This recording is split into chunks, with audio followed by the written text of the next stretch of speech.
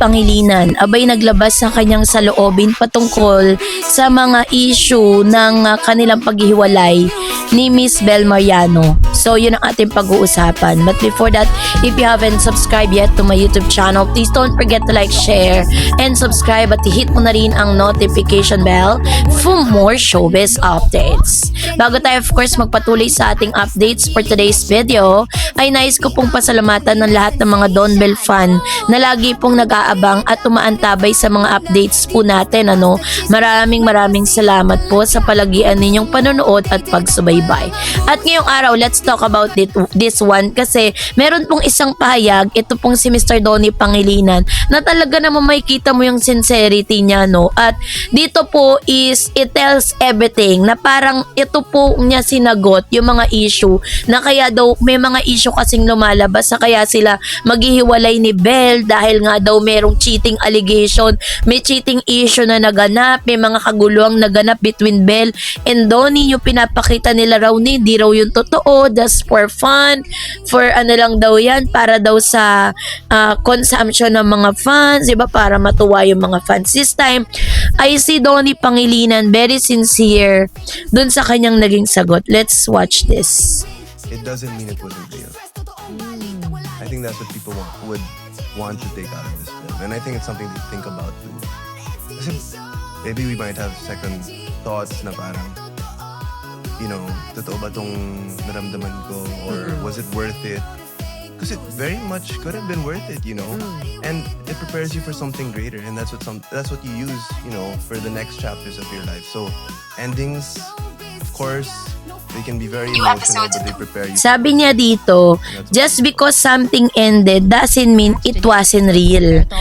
Parang sinasabi niya dito na, sabi dyan, just because something ended, it wasn't real. O mali o misleading. Mas tama ba yung kapag may relasyon, proyekto o kahit anong koneksyon na natapos o nag-end, hindi ibig sabihin na hindi ito totoo, hindi ito mahalaga nung nangyayari pa.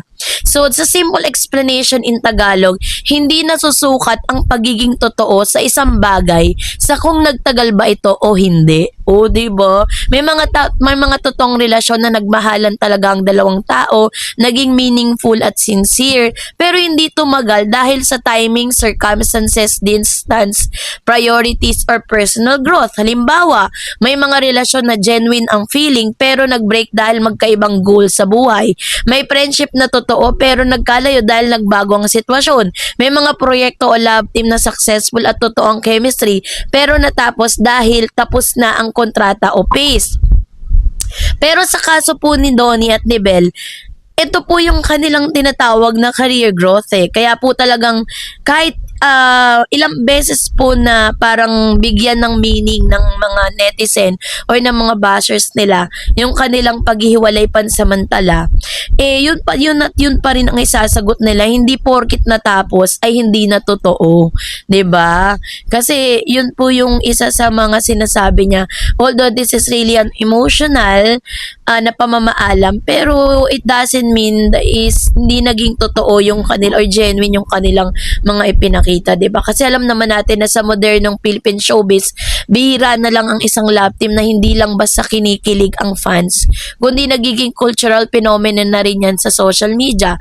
At isa sa pinakamatinding halimbawa nito, ang kasalukuyang tambalang Donnie Pangilinan at Bel Mariano, mas kilala bilang Don Bel.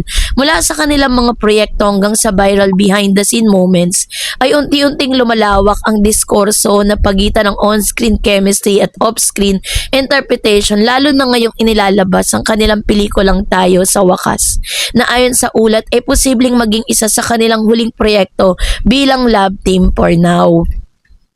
Kasabay nga nito, umingay din sa social media matapos lumabas sa mga pahiwatig at interpretasyon mula sa ilang online personality gaya ni Sian Gasa na nagdagdag pa ng apoy sa usap-usapang real-life relationship narratives ng dalawa.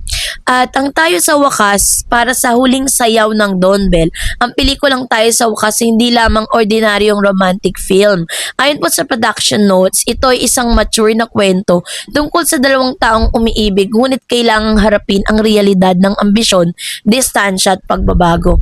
Ang pelikula ni Direk Cathy Garcia Sampana at inilabas sa ilalim ng Star Cinema na kilala sa paggawa ng malalaking romantic film sa bansa. Sa narrative ng pelikula, sina Donnie at Belle ay gumaganap bilang si Cisco Serrano at Cheska Alegre. Ang kwento ay umiikot sa relasyon na hindi simpleng love story kundi isang paglalakbay ng dalawang taong nagmamahalan ngunit pinaghiwalay ng direksyon ng buhay. Ngunit ang mas naging highlights ng proyekto ay hindi lang ang storya nito kundi ang real life context. Ito raw ang last Don Bell project for now. So, para lang po sa inyo pong kaunawaan, no, na ito pong kanilang movie ay nagkamit ng 25 million on their first 3 days. Na yung kanilang 3 araw, 25 million po yung kinita nito kasi talagang sobrang curious ang mga tao kung anong nilalaman ng nasabing last Don Bell project for now, 'di ba? So yung kwento nila is hindi lang siya simpleng love story, kundi patungkol nga sa nagmamahalan, 'di ba? Ito yung nag-trigger ng emotional reaction sa fans. End of in era, break na ba? Bakit ngayon pa, 'di ba? Kasi alam natin na sa industriya ng Philippine entertainment, ang love team ay hindi lang pang creative pairings, isa rin itong career structure. Ang Don Bell kasi matagal nang nakaposisyon bilang youth-oriented romantic pairing at mainstream romantic drama leads, brand-friendly celebrity couple image. Ngunit ayon sa reports, nagdesisyon ng dalawa na pansamantalang mag-focus sa individual career pagkatapos ng Tayo sa Wakas. Ito hindi unusual sa showbiz, sa katunayan maraming love team ang dumaraan sa phase na together for promotion, separate for growth at reunion later possible. Ngunit sa fan culture, ang kanilang balita hindi lang simpleng career move. Ito ay isang emotional disruption, identity shift ng fandom at narrative reset. So, naging rin po nakaapekto rin yung Sian Gasa effect, ang kultura ng cryptic interpretation.